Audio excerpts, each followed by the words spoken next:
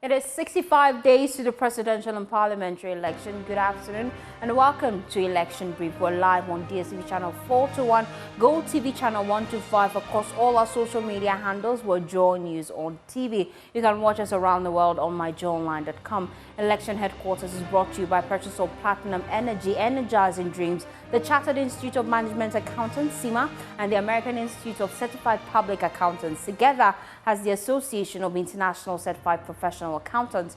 Also brought to you by German Ozone Medical Center, Alternative Therapy, Dental Wellness and Beauty, as well as Chopbox Technologies, a convenience service, and Youth Bridge Foundation, bridging the gap for positive youth development. My name is Faustina Safo. Please stay for details.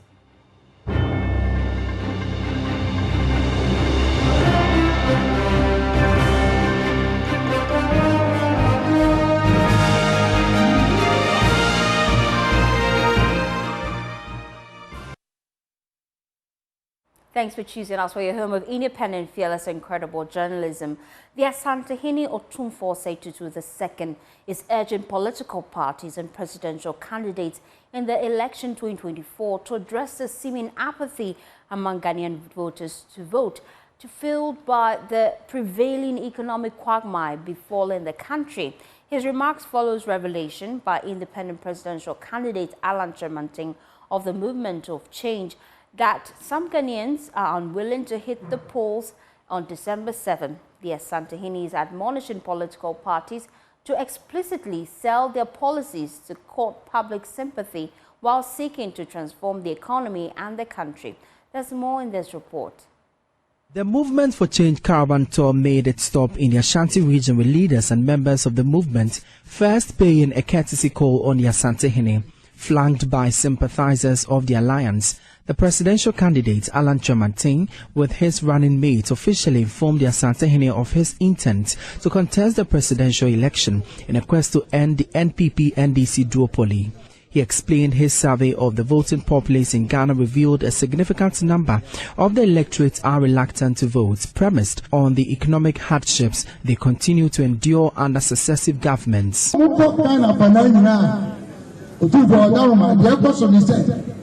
So we really talk to the emunso and our king. I say, I pay about to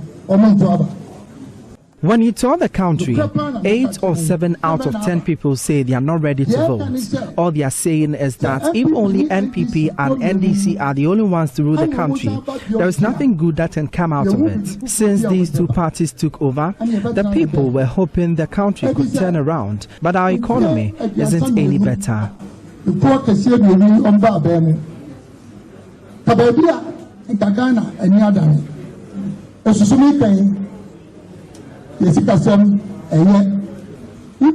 Almost say every Saturday and now manifestos. Obiaba number say promises. Manifesto. Responding to what he describes as disturbing, the Ashanti urged political parties, including Mr. Chemanting, to explicitly tout their policies and ensure the implementation of the same to restore hope in Ghanaians. Okay.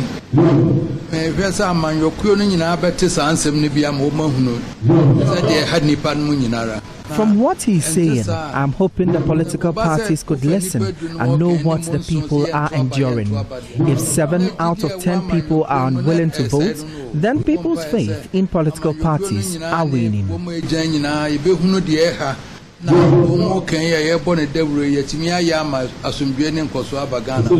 Mr. Chemanting handed to Ashanti his great transformational plan, which spells out his policies to revitalize the country's social and economic development. According to Mr. Chemanting, his government, if voted into power, will prioritize the inclusion of traditional rulers for cohesive transformation of the country. You see, your local government system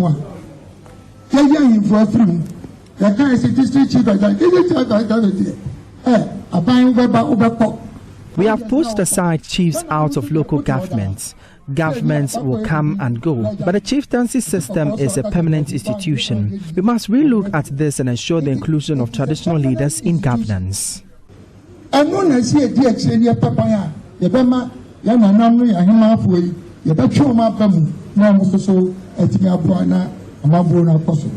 Alan Chomantin is in the Ashanti region for an 18-day tour across the 47 constituencies in the region. He is expected to visit over 350 communities in these constituencies to court public support ahead of the December polls. For Joy News, my name is Emmanuel Brant-Kweku. President Akufo-Addo has reiterated the commitment of his government to ensuring a free and fair elections in the December polls. He disclosed that though he would wish that his anointed successor, the flag bearer of the NPP, Dr. Mahmoud Bawumia, wins the 2024 general election, he will not make any attempt to subvert the will of the people. Speaking at a meeting with the clergy, Muslim clerics, chiefs, he touted the achievement of his administration, stating that he has made the country better than he met it. Joy News' Upper West Regional Correspondent Rafiq Salam reports from Wa. President Akufo-Addo 1 hour meeting with the clergy, Muslim clerics, members of the Upper West Regional House of Chiefs, and some community leaders in the Upper West region hinged on 3 fronts. First is to thank the people of the Upper West region and the country at large for the honor done him to be the president of the country and their continued cooperation, which has brought relative peace to the country. Second is to tout the achievements of his administration, and lastly, to urge the people to vote for the flag bearer of the NPP, Dr. Mahmoud Bawumia, to be president to continue his good works. What we have done in this region, in education, in health, in road infrastructure, in agriculture, in the industrial development of our country. And I have, with modesty, but also with pride, I can say that in all these areas, I have improved considerably the state of affairs in the Upper West region compared to what I inherited in 2017. President Akufo-Addo touched on the implementation of the free senior high school policy, which has given opportunity to major students to benefit, improvement in the quality of education in the country, and expansion of infrastructural projects. The road network in the Upper West region has increased from 5,797.41 kilometers in 2016 to 6,741.8 kilometers by the end of 2022. This reflects, by the end of 2022, these figures do not include the expansion that has been recorded in 2023 as well as what is going on in 2024. But even then, by 2016, 2022, we're seeing a 16% growth in the expansion of the road network in the Upper West. They include asphaltic overlays.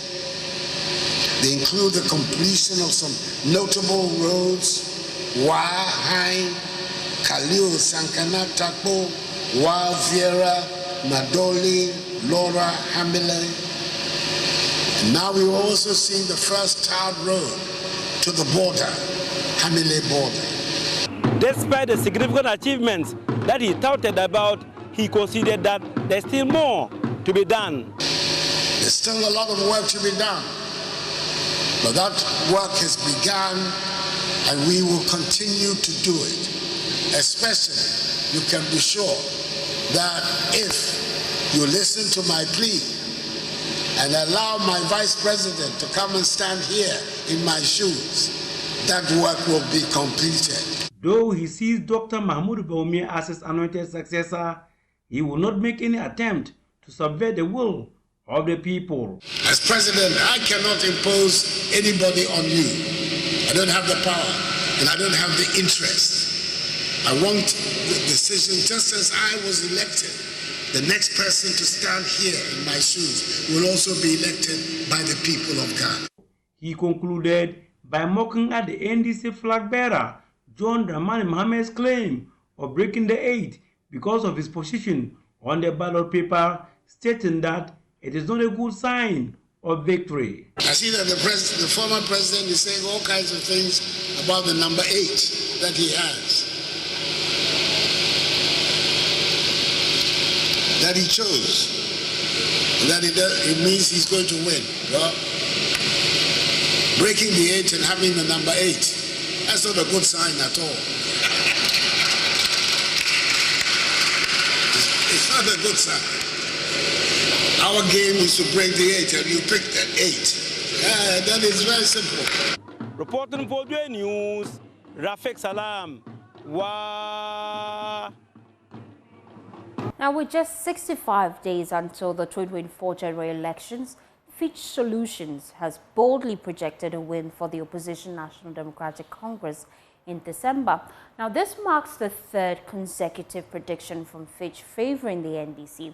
However, the report also highlighted that the government is likely to ramp up spending ahead of the elections to boost its chances of securing victory.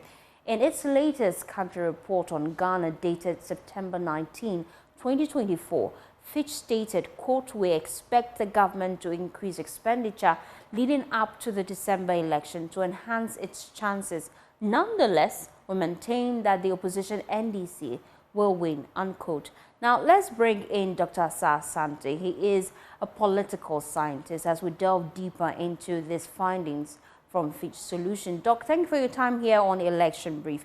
This is the third time, really, Fitch has made such bold predictions. How should political parties view such projections?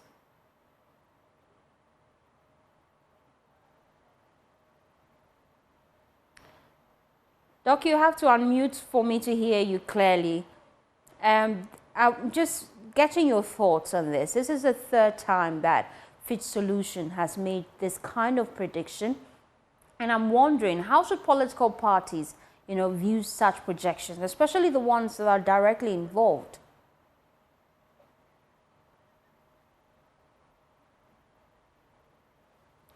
Unfortunately, we don't have clear connection to Dr. Ashanti, but we'll bring him shortly as we just look at some of the key findings that Fitch Solutions have put out.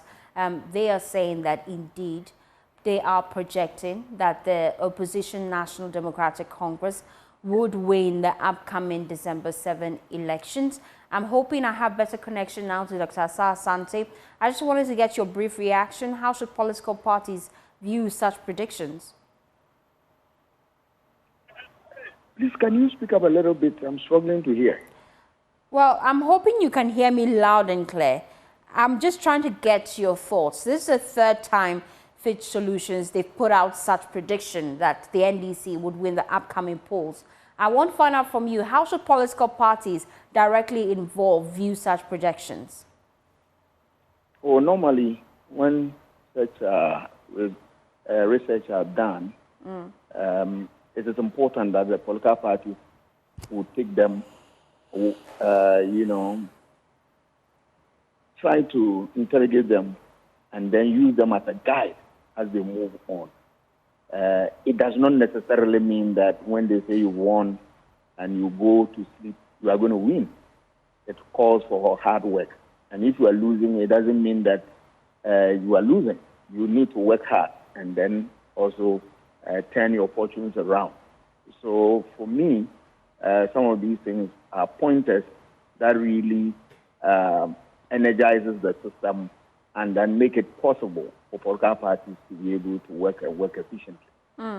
Now, how could this influence the messaging and strategies of political parties, especially as we head to the polls?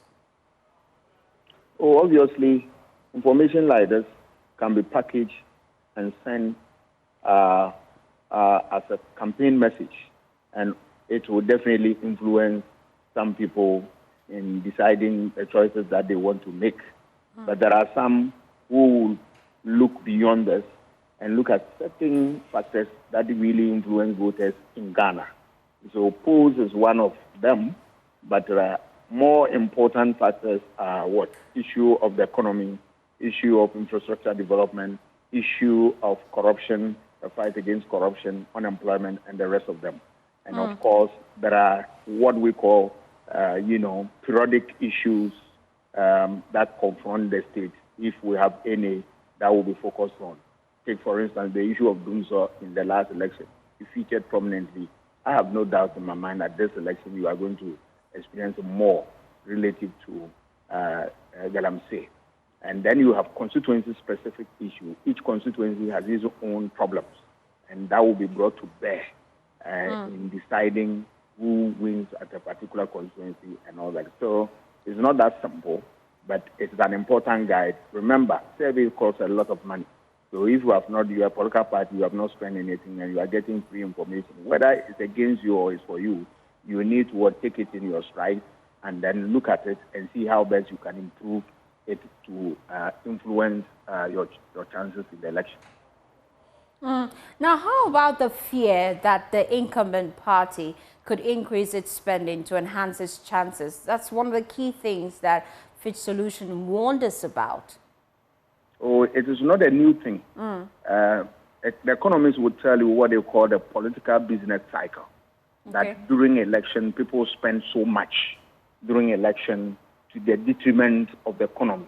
And it's a pattern that we have seen in Ghanaian politics in recent times, where people go all out, spend resources, throw in more money, forget about prudent economic measures, and then at the end of the day, when they win, they come back to rebuild the system and all that. It creates a certain cyclical problem of what? Building economy, destroying it during election, and rebuilding after winning the election. And so that's one of our beings in what? The electoral cycle that we have. But it is something that is not new. It's not only those in government. Those in opposition are also going to throw money in and all that. Remember, in our part of the world, because of poverty and economic challenges, people gravitate towards, hampers and then, gratifications and all those things. So anything you throw out there, there are people who will accept. Obviously, there are some who will not look at this.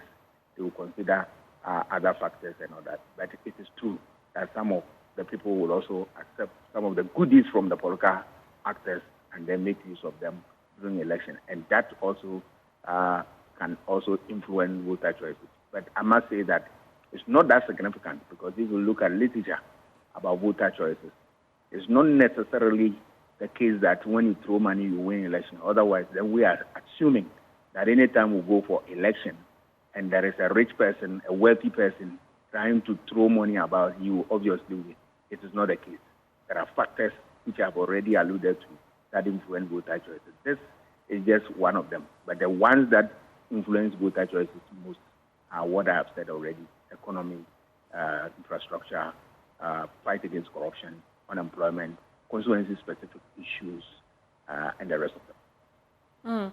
Thank you, Dr. Ashanti, for joining us here on Election Brief. Well, still on the NDC, the Northeast Regional NDC says it is poised to win all 6 parliamentary seats in the region. The NDC currently holds 2 seats, with the NPP holding 4. The Regional Communications Officer of the NDC, Al-Hassan Gafaru, and the Deputy Regional Youth Organizer, Fatau Karande, says it is possible because the NPP presidential candidate, Dr. Bawumia, who hails from the region, has failed the people. Maxwell Agoba has a wrap of the one of the NDC flag bearer tour of the Northeast region.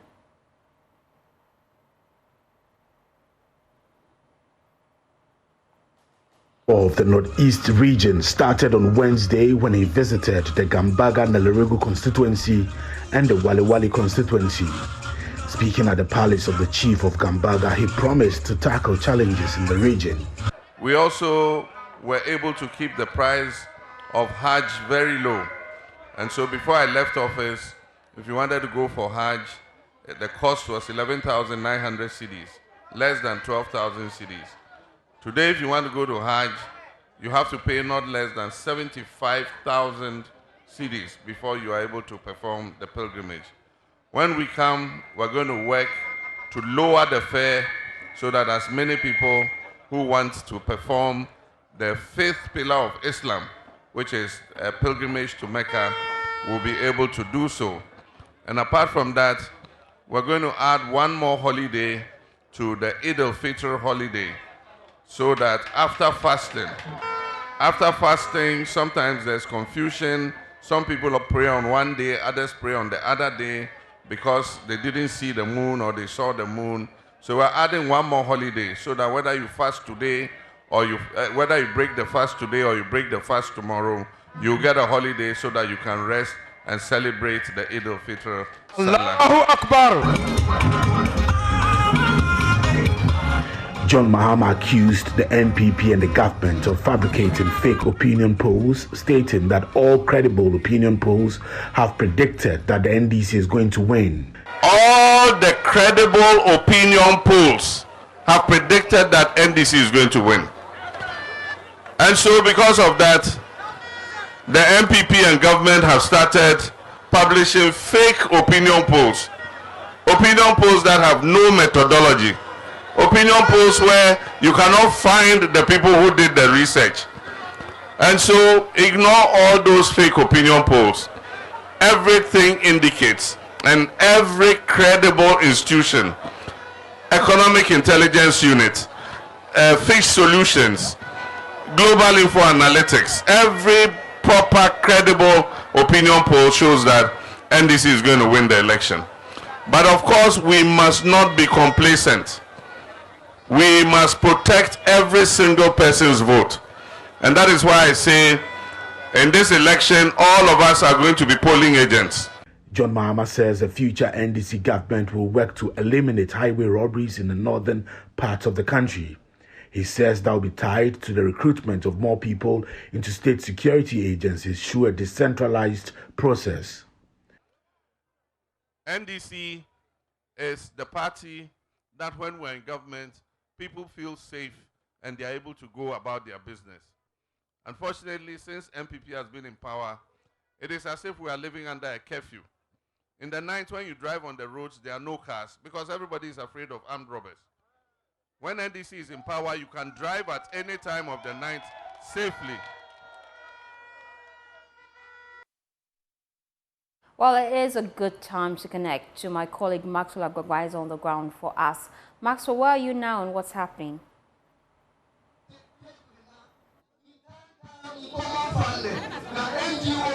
So we are currently in the Bumpurugu Jonyo constituency where John Mahama just arrived here on the ground. He will be speaking shortly, but speaking now as a member of parliament for this particular constituency. Hundreds of people, NDC supporters, have poured onto the streets to welcome the NDC flag bearer here. I have with me Mahama Ganiu, who's the Deputy Regional Youth Organizer here. Yesterday, I was speaking to the Deputy Fatal Karande. Oh, yes. He's also a Deputy Regional Youth Organizer. Yes. And he was telling me that the NDC is poised to win 6 out of 6 seats. There are 6 seats here. He says the NDC will win all seats, all the 6 seats. Yeah, there's no doubt about that. If you go around the constituencies, you will understand what he said yesterday. Because in every constituency, as youth, as we know, we are on the grounds. We spend each and like within 2 days we are in the constituencies, so we understand what the people want, and what the people want right now is all of them are crying for John Dramani Mahama to come back and save us. Looking at issues, every constituency have their peculiar problem, and everybody tell us that it's only John Mahama who they believe will come back and rescue us within their various constituencies. So what are the issues that you think, what are some of the issues that you think will play out in this 2024 elections? I've heard John Mahama talking about roads, and he's been talking about the construction of some of the feeder roads here linking the Eastern Corridor roads, which he says very important, especially because for the carting of agricultural products, to different parts of the country. Roads, what are the other issues that you think will play out in the 2024 elections? Here in this constituency, the Bumpurugu, and then in this region of East. Yes. If you look at the contractor, whilst we were using the road, you realize that this thing started under John Dramani Mahama, and as immediately we left office, everything ceased. You understand? So the constituents know who is doing their bidding, whether the NDC or the MPP. As you know, MPP, they are self-seeking political party. They only come pick one or two people, give them money, and then expect those few people to convince the whole constituency that, look, vote for MPP. But the reality on the ground is exposing them, because we are not seeing any development. We are not seeing any, even though the vice president, who is even vying to be the president of this country, is coming from this region. But if you look at it, this region is underdeveloped. Look at road. And that's, as I said earlier on, we all use the road when we're coming to Bunkurugu here. And you know how bad, or you saw how bad the road has been. If somebody should tell you that this is Northeast region where the vice president is coming from, the road that we use to this place, you would not believe, but that is the reality. He is somebody who do not think about the people. You understand? If the party has the region at heart, you know, these bad roads, even if you go to some of these communities, they have no potable water. Even access to education is an eyesore. You know, yesterday we went, John Dramani Mahama, our flag bearer, commissioned a school in one of the communities. Kulgona, yes. So as you can see, a sitting president or a sitting vice president coming from this our constituency, and then we are having NDC flag bearer coming to commission a school in his constituency. It tells you that what goes into the building of the school is purely the handwork of the NDC and the PC in that area. Okay, we can see a pickup right now. And who's donating this pickup? The MP for Bunkurugu, Dr. Bet.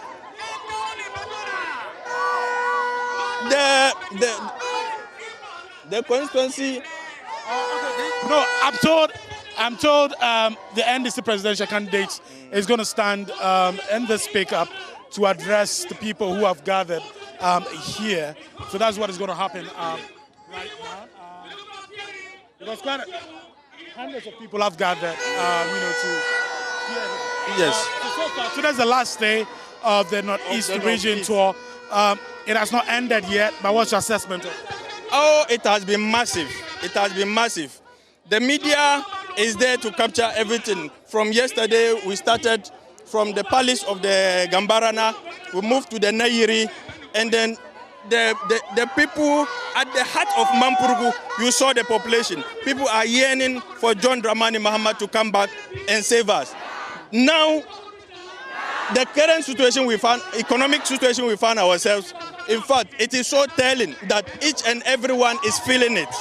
And they only believe that John Dramani Mahama coming to power can work around the clock to make sure that the economic issues, you know, is... Well, that's how we wrap up Election Brief. For more news, please log on to myjournal.com. My name is Faustina Safu. Good afternoon.